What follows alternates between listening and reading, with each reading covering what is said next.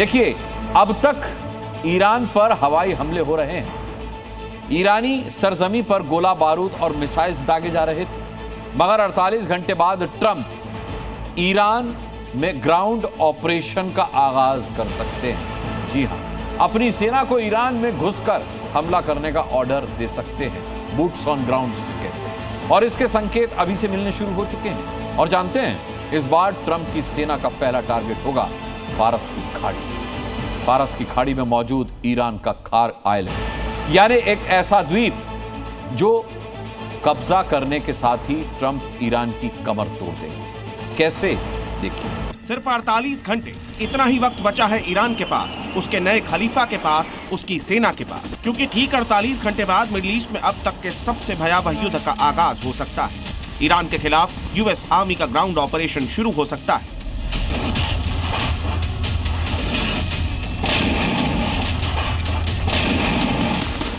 US president ने Iran को 5 दिनों की जो मोहलत दी थी, उसकी डेडलाइन 48 घंटों बाद यानी शुक्रवार रात खत्म हो रही है। और यह आशंका जताई जा रही है कि 48 घंटे बाद ट्रंप ईरान को बम गोला बारूद से सुलगाने में कोई कोताही नहीं करेंगे, और इसके संकेत भी मिलने शुरू हो चुके हैं। वॉल स्ट्रीट जर्नल की एक रिपोर्ट के मुताबिक पेंटागन 48 घंटे बाद ईरान पर सबसे प्रचंड अटैक करने वाला है। इसका पहला संकेत यह है कि अमेरिका अगले 2-3 हफ्तों तक जंग लड़ने की तैयारी में है। दूसरा संकेत, खाड़ी देशों में हजारों अमेरिकी सैनिकों की तैनाती की गई है। तीसरा संकेत, अमेरिकी सेना के टारगेट पर ईरान का खार आइलैंड है। चौथा संकेत, अमेरिका ने हथियारों के प्रोडक्शन को भी बढ़ा दिया है। और पांचवा संकेत यह है कि व्हाइट हाउस में संदिग्ध ट्वीट से मिडिल ईस्ट में खलबली मच गई है। यानी बीते 27 दिनों में मिडिल ईस्ट में जो जंग जारी है, उसमें अगले 48 घंटे बेहद अहम है। वो इसीलिए क्योंकि जिस तरह अमेरिका आक्रामक रुख अख्तियार कर रहा है, जिस तरह वो ईरान की घेराबंदी के लिए सेना की हैवी डिप्लॉयमेंट कर रहा है, और जिस तरह व्हाइट हाउस ने सोशल मीडिया पर पोस्ट डाली है, वो इस बात का साफ संकेत है कि 48 घंटे बाद ट्रंप ईरान को नहीं बख्शने वाले हैं। ये जल्द लॉन्च होगा, ये जल्द लॉन्च होगा। लेकिन जानते हैं, इस बार ट्रंप का फोकस ईरानी मेनलैंड के बजाय एक ऐसे आइलैंड पर है जो अगर तबाह हुआ या फिर उस पर अमेरिकी सेना का कब्जा हुआ तो मिडिल ईस्ट की जंग में ईरान की कमर टूट जाएगी। खलीफा की ब्रिगेड पाई पाई के लिए मोहताज हो जाएगी। और ये आइलैंड है खार्क आइलैंड। खाड़ी की जंग में ईरान का खाग आइलैंड संघर्ष का सबसे बड़ा केंद्र बन चुका है, क्योंकि ये छोटा सा द्वीप ईरान के लिए आर्थिक लाइफलाइन है। आखिर कैसे, ये भी जान लीजिए। दरअसल खाग आइलैंड फारस की खाड़ी में उत्तर पूर्वी हिस्से में मौजूद है। हालांकि ये ईरान के मेनलैंड से लगभग 28 किलोमीटर दूर है, लेकिन ये द्वीप 8 किलोमीटर लंबा और 4 से 5 किलोमीटर चौड़ा है। बता दें आपको कि खाग आइलैंड ईरान का सबसे प्रमुख ऑयल टर्मिनल है। यहां से ईरान का लगभग 90% कच्चे तेल का निर्यात होता है। गहरे पानी के चलते यहां बड़े तेल टैंकर आसानी से ऑपरेट होते हैं। दावा किया जा रहा है कि अमेरिकी सेना खार्ग आइलैंड पर लगातार नजर रखे हुए है और ईरान के इस द्वीप की सैटेलाइट से निगरानी रखी जा रही है, ताकि खार्ग द्वीप पर 48 घंटे बाद बड़े ऑपरेशन को अंजाम दिया जा सके। बस अमेरिका की इसी तैयारी को देखते हुए ईरान ने मोर्चा संभाल लिया है और अपने खार्ग आइलैंड को अभेद्य किले में तब्दील कर दिया है। CNN की रिपोर्ट के मुताबिक ईरान ने आइलैंड के चारों ओर बारूदी सुरंगों का जाल बिछाया है। चप्पे चप्पे पर एंटी पर्सनल माइन और एंटी आर्मर माइन लगाए गए हैं। साथ ही खार्ग द्वीप पर एयर डिफेंस सिस्टम तैनात किए गए हैं। ईरानी सेना को मिसाइल सिस्टम यानी मैन पैड्स दिए गए हैं। इसके अलावा ड्रोन और मिसाइलों को खार्ग पर तैनात किया गया है।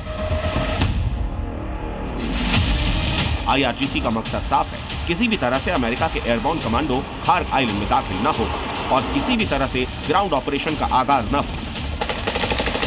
बावजूद इसके अगर अमेरिका खार्ग द्वीप पर अटैक करता है यानी जमीनी जंग का आगाज करता है तो IRGC की ब्रिगेड और उनके हथियार अमेरिकी सैनिकों के लिए काल बन सकते हैं। ऐसा नहीं है कि खार्ग आइलैंड पर अमेरिका ने इससे पहले अटैक नहीं किया। यूएस एयरफोर्स 13 मार्च को इस आइलैंड पर बड़ा हमला कर चुकी है, जिसमें 90 से ज्यादा सैन्य ठिकानों को निशाना बनाया गया था।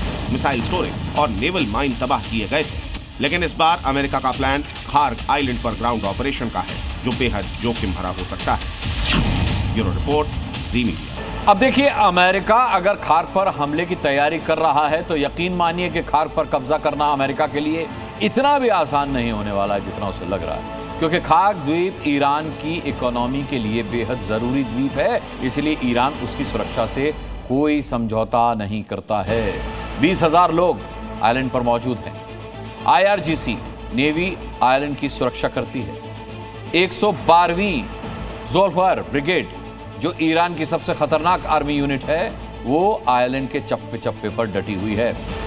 फास्ट अटैक बोट, ये छोटे छोटे बोट्स हैं जिनसे निगरानी की जाती है। ये बोट एंटी शिप मिसाइल से लैस हैं। Air defence system short range, medium range और long range ADS Kharg island पर लगातार तैनात है।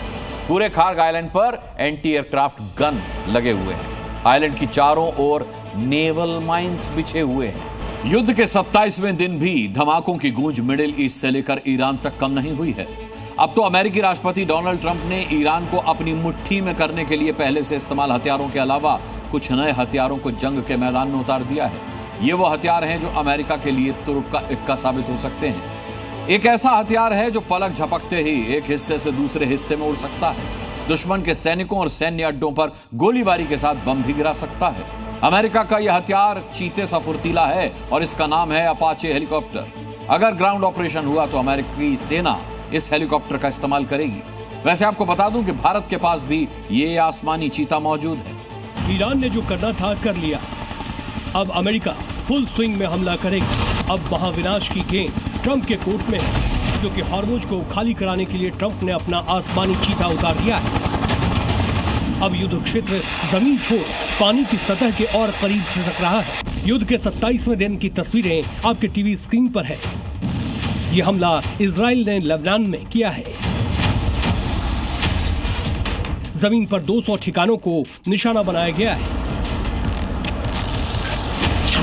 इस हमले के जरिए ईरान को बड़ा जख्म दिया गया है।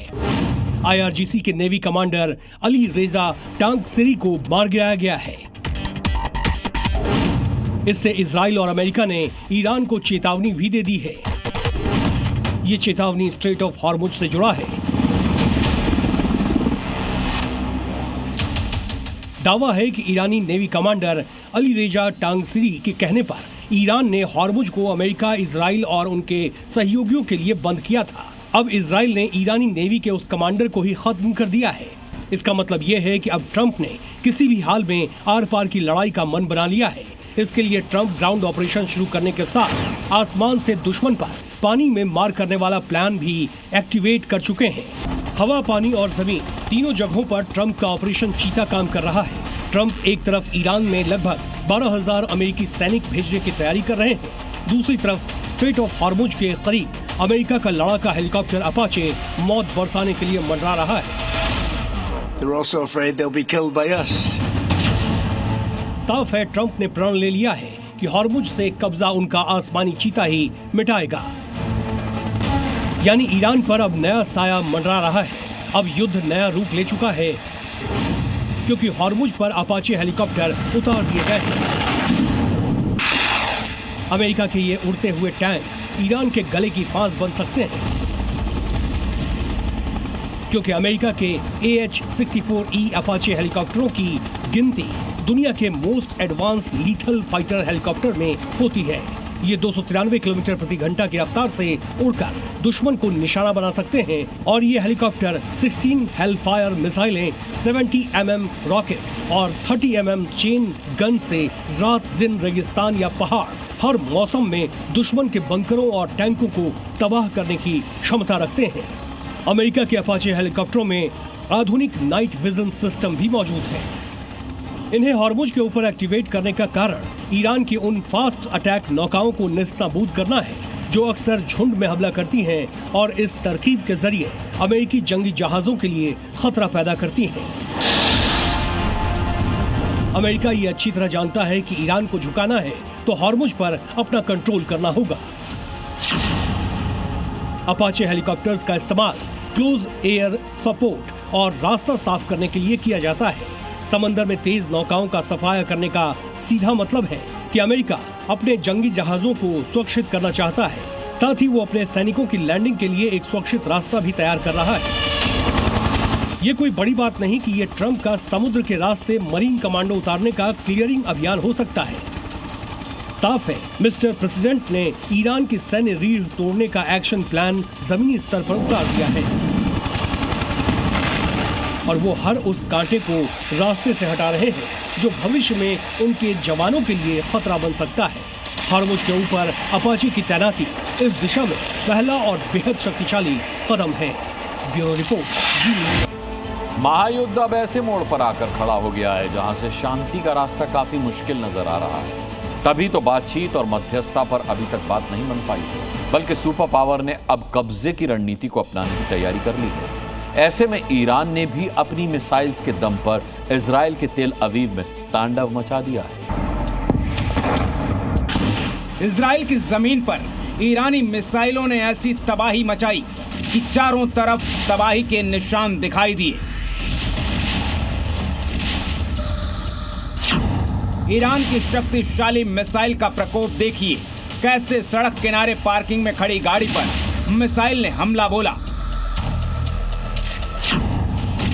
गाड़ी हवा में उछल गई, उसमें आग लग गई। जिसने भी ये तस्वीरें देखी उसकी रूह कांप उठी। इस जैसी एकाध नहीं बल्कि सैकड़ों खतरनाक तस्वीरें हैं जो तेल अवीव से बीते कुछ घंटों में सामने आ रही हैं। तेल अवीव पर अचानक बड़े हमले ईरान की बदली रणनीति को दर्शा रहे हैं। हॉर्मुज़ को खोलने की फाइट लड़ रहे ट्रंप जहां खार्ग आइलैंड पर कब्जे की कोशिशें तेज करते दिख रहे हैं, तो ईरान ने इसके बदले में इजराइल के दिल पर हमले शुरू कर दिए हैं। इसलिए इन आशंकाओं ने जन्म ले लिया है कि ट्रंप के खार्ग एक्शन से पहले ही क्या तेल अवीव खाक होने वाला है।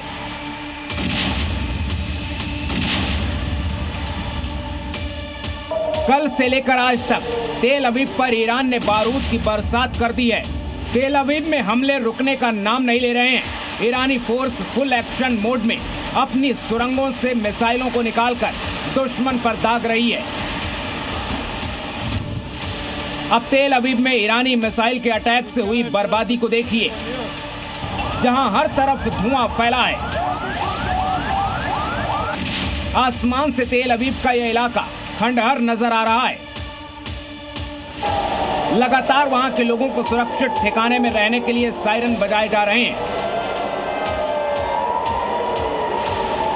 ये तस्वीरें बता रही हैं कि ईरान ने अमेरिका की नाक में दम कर रखा है। उसके मिसाइलों के दम के आगे सुपर पावर बेदम नजर आ रहा है। इजराइल लगातार अपने इंटरसेप्टर के जरिए कई हमलों को रोकने की कोशिश कर रहा है।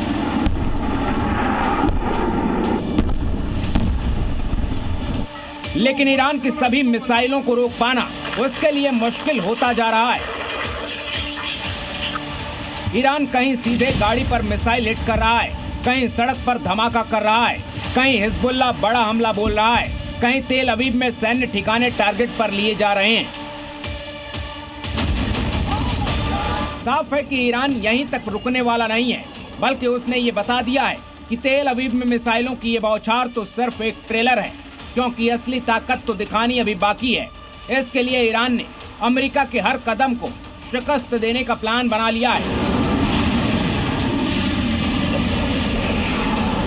ईरानी मीडिया की तरफ से बताया गया कि ईरान 400 कामिकाज़े ड्रोन हर दिन बनाता है और अब तक युद्ध में सिर्फ 3000 ड्रोन का इस्तेमाल किया गया है। यानी ईरान के मुताबिक असली डोज देना अभी बाकी है। अगले कुछ घंटे इस महायुद्ध में बड़े अहम साबित हो सकते हैं, क्योंकि एक तरफ अमेरिका शांति, धमकी और तैयारी वाली स्ट्रेटेजी पर काम कर रहा है, तो वहीं दूसरी तरफ ईरान ने इजराइल पर क्लस्टर बम दागकर ट्रंप को अपनी मंशा बता दी है। ब्यूरो रिपोर्ट, जी मीडिया।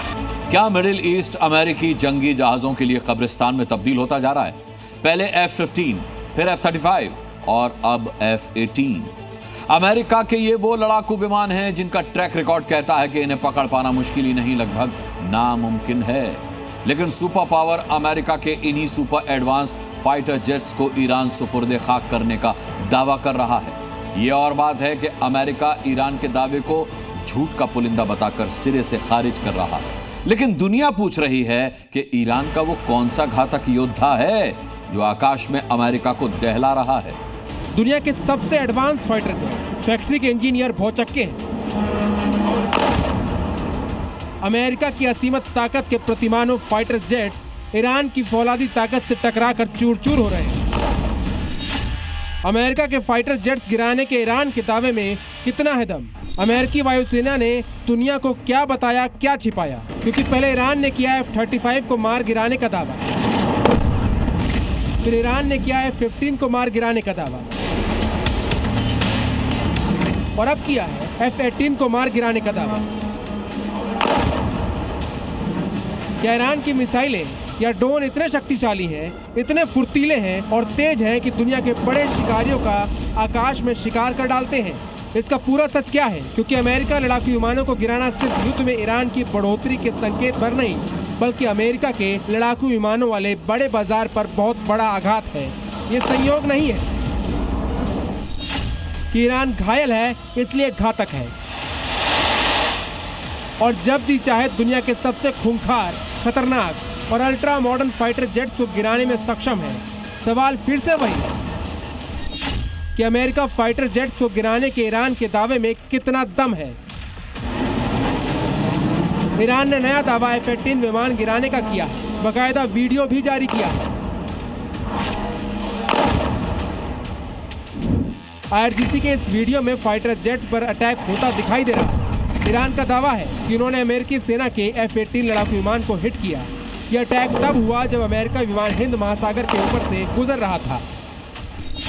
IRGC के मुताबिक अमेरिकी लड़ाकू विमान उनके हवाई क्षेत्र के करीब मंडरा रहा था, जिसे ईरानी एयर डिफेंस सिस्टम ने ट्रैक किया और मार गिराया। दावा किया जा रहा है कि हमले के बाद अमेरिका का भरोसेमंद लड़ाकू विमान हिंद महासागर की गहराइयों में समा गया। हालांकि अमेरिका ने ईरानी दावे को सिरे से खारिज कर दिया कि उनका कोई विमान हिट नहीं हुआ, लेकिन सवाल तो ये भी है कि अमेरिका के इस दावे में कितना दम है। फाइटर जेट F-18 हिट, कौन सच्चा कौन झूठा? इसकी सबसे अच्छी पड़ताल हो सकता है वो हथियार जिससे ईरान F-18 को गिराने का दावा कर रहा है। मतलब ईरान के पास ऐसा कौन सा सिस्टम है जिससे वो दुनिया के सबसे घातक फाइटर जेट्स को भी छलनी कर रहा है। ईरान ने जिस सिस्टम से F-35 को मार गिराने का दावा किया था उसका नाम है माजिद एयर डिफेंस, जो कि रडार की जगह इंफ्रारेड सेंसर का इस्तेमाल करता है, जिससे स्टेल्थ विमानों के लिए इसका पता लगाना कठिन हो जाता है।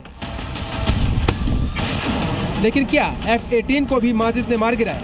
ईरान ने इसका खुलासा नहीं किया, जो कहा है बस इतना कि अपने अब तक के सबसे एडवांस एयर डिफेंस सिस्टम को इस वक्त एक्टिव किया है, जिसके बारे में फिलहाल दुनिया को कोई जानकारी नहीं। लेकिन कई रिपोर्ट्स के मुताबिक इसके अलावा ईरान रूस के ही S-400 के समान पावर 373 का भी इस्तेमाल कर रहा है। ईरान का दावा है कि रूस के S-400 की तरह ताकतवर है।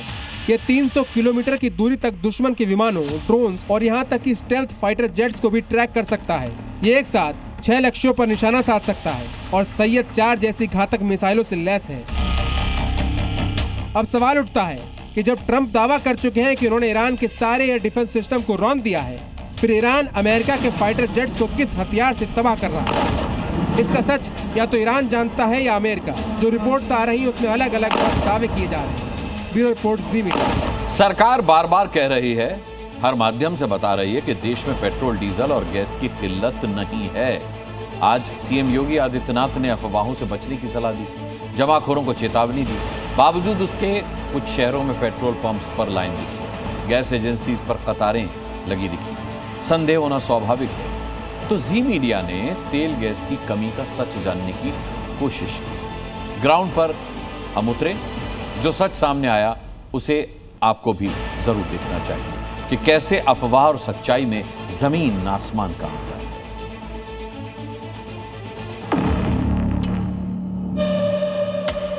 तो कह रहे गैस नहीं मिलेगी। अच्छा, ये दिक्कत चल रही सर। रोज आ रहा हूँ मैं, मगर मुझे गैस सिलेंडर नहीं मिल रहा। कुछ लोग हैं जो अफवाह फैला करके माहौल खराब करना चाहते हैं। कुछ लोग हैं अव्यवस्था पैदा करने का प्रयास कर रहे हैं। मैसेज लाउड एंड क्लियर है, न गैस की कमी है न पेट्रोल डीजल की, लेकिन लाइन में वो लोग खड़े हैं जिनके घर 2 दिन पहले ही सिलेंडर की सप्लाई हुई है। मैंने 23 तारीख की मॉर्निंग में बुक करवाया है, फरवरी। ठीक है, और उसके बाद जो है अभी तक नहीं मिल पाई है। अच्छा, 1 महीना हो गया। जी जी जी जी जी जी। तो गैस नहीं मिल पा रही है, दिक्कत है। जी जी जी। नोएडा में भी उस गैस एजेंसी पर लंबी लाइन लगी है जहां पहले कभी इतनी कतार नहीं देखी गई। कल से लाइन पे लगे हैं, अभी तक पर्ची भी नहीं मिला है, गैस पता नहीं कब मिलेगा, ये हाल है। बुकिंग हो गई है। कब का डिलीवरी का बताया आपको? कितना देर बैठना पड़ रहा है आपको? अरे हम तो कम से 10-12 दिन हो गए, इतना परेशान है, लाइन लगा के चले गए, लाइन लगा। नोएडा के सेक्टर 45 में गैस सिलेंडर के लिए लोग सुबह से लाइन में खड़े नजर आए। 17 तारीख को बुकिंग किया था, ऑनलाइन पेमेंट किया, तब से मैं 3 दिन आया हूँ, हमें सिलेंडर नहीं मिला अभी तक। बुकिंग मुझे दिखा रखा है जो तुम्हारा सिलेंडर आपका डिलीवरी हो चुका। क्या समस्या आ रही है? सर गैस नहीं मिल रही है, गैस नहीं मिल रही है, इसलिए लगे गैस नहीं मिल पा रही है। भोपाल में जी न्यूज की जमीनी पड़ताल में ये पता चला, जो लाइन लग रही है उसमें ज्यादातर लोग ऐसे हैं जो बिना सिलेंडर के बुकिंग किए लाइन में लगे हैं। गैस सिलेंडर की कमी है या फिर कुछ और है? बिल्कुल कमी नहीं है, सोशल मीडिया भ्रम फैलाया जा रहा है कि गैस खत्म हो रही है, गैस आना बंद हो जाएगी तो दिक्कत हो जाएगी। सिलेंडर आ रहे हैं मगर जो जिनको नहीं चाहिए वो भी ले रहे हैं, तो उस चक्कर में जिनको मिलना चाहिए लीगल जो है, जिनको मिलना चाहिए उनको नहीं मिल पा रहा है। जमाखोर गैंग इसे आपदा में कमाई का मौका मान रहा है। एजेंसी से जुड़े वेंडर गैस ब्लैक में बेच रहे हैं। पटना में एक वेंडर सिलेंडर की ब्लैक मार्केटिंग करते पकड़ा गया। ऑफिस भी गए और हमारा 21 तारीख के नंबर लगा, और वहाँ गए तो बोल रहे हैं कि नहीं 21 तारीख के आपका जो नंबर लगा है वो निकल चुका है, उसमें आपका नहीं होगा, आपका 35 दिन पर होगा। गैस ही नहीं, पेट्रोल डीजल की कमी की अफवाहों का भी बाजार गर्म है। लखनऊ, वाराणसी, देवरिया, सीतापुर, कानपुर से मिर्जापुर तक गाड़ी के फुल टंकी कराने की होड़ लगी है। सरकार साफ कर चुकी है कि न पेट्रोल की कमी है न डीजल का संकट। अप्रैल का पूरा स्टॉक मौजूद है, लेकिन अफवाह गैंग एक्टिव है। क्या पेट्रोल डीजल का देश में संकट है या फिर अफवाह गैंग जानबूझकर डर फैला रहा है? हकीकत क्या है, ये दर्शकों को बताने के लिए जी न्यूज की टीम ग्राउंड पर उतरी। पेट्रोल की कोई दिक्कत है क्या? कोई नहीं मैम, मिल तो रहा है, आराम से मिल रहा है। देख लीजिए ना आपके सामने, स्टॉक है ना? हाँ, स्टॉक चल तो रहा है। फिर ये क्यों लोग इतना लाइन? अब मैम पता नहीं क्या लाइन लगा रखे हैं, अब लोग सुबह से लाइन चल रही है, लेकिन मिल रहा है आराम से ना? हाँ मिल रहा है। हाँ, गैस हमें मिल रही है। मिल रही है, कोई दिक्कत तो नहीं? कोई दिक्कत नहीं, आराम से मिल रही है, आराम से गैस मिल रही है। सीतापुर में भी रियलिटी चेक में कोई संकट नजर नहीं आया। वाराणसी में भी लोगों की भीड़ जरूर दिखी, लेकिन वजह कमी नहीं। ऐसी कोई स्थिति नहीं है। कुछ ग्राहक के जो है कि बाहर की जो अफवाहें फैली हुई हैं, जिसकी वजह से कि वो इक्का दुक्का ग्राहक 100 में मान के चलिए 20%। कानपुर में खाड़ी देशों में तनाव की खबरों के बाद डर का माहौल बना, लेकिन ग्राउंड रियलिटी कुछ और ही है। बताओ, ब्राइट एंगल से 3 दिन से दौड़ रहे, नहीं मिल रहा है, बताओ क्या करें? हाँ भैया, सुबह 4 बजे से लगे हुए हैं, अभी उम्मीद भी नहीं दिख रही कि मिल जाएगा। मिर्जापुर में भी हालात सामान्य है। लोगों का कहना है कि उन्हें बिना किसी परेशानी के पेट्रोल मिल रहा है, कहीं कोई संकट नहीं। हाँ, अफवाह का बाजार जरूर गर्म दिख रहा है। हालांकि देवरिया से कुछ अलग ही तस्वीर सामने आई, जहां कुछ पेट्रोल पंपों पर सप्लाई में दिक्कत दिखी। तस्वीरों में देख सकते हैं, पीछे बड़ी मात्रा में, बड़ी संख्या में लोग यहाँ मौजूद हैं। लोगों का कहना है कि यहाँ पेट्रोल नहीं मिल रहा है। तो ये तस्वीर है, तो क्या स्थिति है? हम लोग तो तभी से धूप में खड़ा हैं, हम लोग को तेल नहीं मिल रहा है, परेशान हो रहे हैं। यहाँ बोल रहे हैं कि तेल नहीं मिल रहा है। अब मध्य प्रदेश का हाल भी जान लीजिए। कल तक भोपाल के जिन पेट्रोल पंप पर अफवाह के बाद लंबी लंबी लाइनें दिख रही थी, आज वहाँ की तस्वीर बदल सी गई है। पेट्रोल डीजल मिल रहा है? मिल रहा है। कल तो यहाँ बहुत भीड़ थी, लोग लाइन लगा खड़े थे, कह रहे थे कि पेट्रोल डीजल खत्म होने वाला है। क्या आप लोग समझ गए हैं इसलिए भीड़ कम है? हाँ, समझ गए। क्या समझ आ गया? ये समझे कि ये डर था, वो डर खत्म हो गया है। खत्म हो गया है। देश में तेल का कितना स्टॉक है, एलपीजी कितने दिनों का है, इंटरनेट पर पूरा डाटा सरकार ने जारी किया है। किसी भी पेट्रोल पंप पर, गैस एजेंसी पर कोई किल्लत नहीं दिख रही, लेकिन अफवाह उड़ाई जा रही है और कुछ लोग बहकावे में आ जाते हैं। जी मीडिया कालाबाजारी के इस नेटवर्क को एक्सपोज करता रहेगा। लखनऊ से प्रीति श्रीवास्तव और भोपाल से प्रमोद शर्मा के साथ ब्यूरो रिपोर्ट, जी मीडिया। अगर कोई ऐसा पेट्रोल पंप है जो आपको पेट्रोल नहीं दे रहा है, कोई गैस एजेंसी है जो सिलेंडर नहीं दे रही है, जी न्यूज़ को उसकी फोटो खींचकर भेज दीजिए। ऐसे पेट्रोल पंप और गैस एजेंसी का पता बताइए। अपनी परेशानी हमें व्हाट्सएप पर भेजिए। नंबर नोट कीजिए 93-104-9743। जी न्यूज ऐसी कालाबाजारी को एक्सपोज करेगा। नंबर यहां भी फ्लैश हो रहा है स्क्रीन पर, यहां से इसे नोट कर लीजिए। भारत के विदेश मंत्री एस जयशंकर ने मिडिल ईस्ट की जंग में दखल अंदाजी करने वाले अमेरिका ईरान के बीच पंच बनाने वाले पाकिस्तान पर तंज कसते हुए उसे दलाल नेशन कहा है। बस फिर क्या था, इस बयान के साथ ही पाकिस्तान में बवाल मच गया। पहले तो पाकिस्तानियों ने छाती पीटनी शुरू की और इसके बाद आप देखिए क्या हुआ।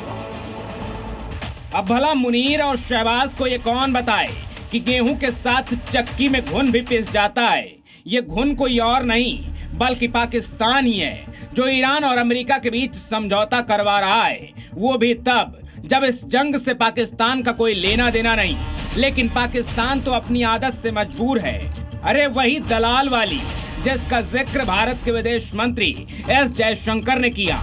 जयशंकर ने जैसे ही पाकिस्तान के माथे पर दलाल होने की मुहर लगाई, कुछ पाकिस्तानी एक्सपर्ट कैमरों पर छाती पीटने लगे, इंडिया को खरी खोटी सुनाने लगे। मगर इस सच को पाकिस्तानी कबूल भी कर रहे हैं। आखिर मुनीर शहबाज के दिमाग में दलाली का फितूर आया कहां से, वो भी तब जब पाकिस्तान की खुद की कोई औकात नहीं है। ऐसा ना हो कि आपके इस बयान को सुनकर मुनीर शहबाज को चुल्लू भर पानी में डूबना पड़े, क्योंकि इन दोनों ने ईरान अमेरिका के बीच दलाल बनने की खबर को जोर शोर से प्रसारित किया। पाकिस्तानी मीडिया पर बिग ब्रेकिंग न्यूज के साथ ये दावे किए गए। देखिए पाकिस्तान की दुनिया में कितनी अहमियत है, पाकिस्तान ट्रंप और खलीफा का कितना चहेता है। ट्रंप के लिए पाकिस्तान सिर्फ मोहरा है, जिसको जब चाहे वो इस्तेमाल कर सकता है। खैर पाकिस्तान को ये बात अभी समझ में नहीं आ रही है, लेकिन एक बात तो शीशे की तरह साफ है, ट्रंप के चक्कर में दलाल पाकिस्तान एक दिन ऐसे दलदल में फंसेगा जिससे निकलना मुश्किल हो जाएगा। ब्यूरो रिपोर्ट, जी मीडिया। क्या बीते 27 दिनों से जिस युद्ध ने पूरी दुनिया को उथल पुथल करके रख दिया है, वो मिस्टर प्रेसिडेंट के भ्रष्टाचार का बहुत बड़ा उदाहरण है। ये सवाल ट्रंप के एक बयान ने खुद उन पर खड़ा कर दिया है, जिसमें वो ये कबूल कर रहे हैं कि उन्होंने 3 खाड़ी देशों से 500 लाख करोड़ रुपए लिए हैं। पूरी जानकारी इस रिपोर्ट में। क्या ईरान में चल रहा युद्ध अमेरिका की लंबी प्लानिंग का नतीजा है? क्या ट्रंप ने ये जंग 550 लाख करोड़ रुपए के लिए छेड़ी?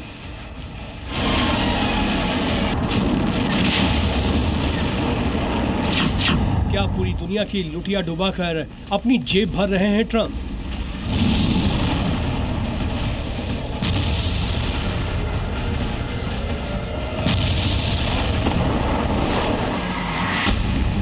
बिजनेस माइंडेड अमेरिकी राष्ट्रपति डोनाल्ड ट्रंप पर यह सवाल आज उन्हीं के एक कन्फेशन के बाद उठ रहे हैं। ट्रंप ने इस बात को खुद अपनी जुबान से स्वीकारा है कि उन्हें 3 खाड़ी देशों की तरफ से $6 ट्रिलियन यानी भारतीय रुपयों में 563 लाख करोड़ रुपए की मोटी रकम दी गई। डोनाल्ड ट्रंप के इस बयान को आप पहले खुद सुनिए। मैं हर देश से $2 ट्रिलियन लेकर लौटा। $2 ट्रिलियन सऊदी अरब से मिले, $2 ट्रिलियन कतर से मिले और $2 ट्रिलियन यूएई से मिले। महायुद्ध के बीच ट्रंप का ये बयान चौंकाने वाला है। महायुद्ध के मायने ही इतने बदल कर रख दिए हैं। अभी तक दुनिया को ये पता था कि ईरान पर कंट्रोल के लिए अमेरिका ने युद्ध छेड़ा, लेकिन अब ये बयान आशंका जाहिर कर रहा है कि इसके पीछे का असल मकसद कहीं अपनी जेबें भरना तो नहीं था।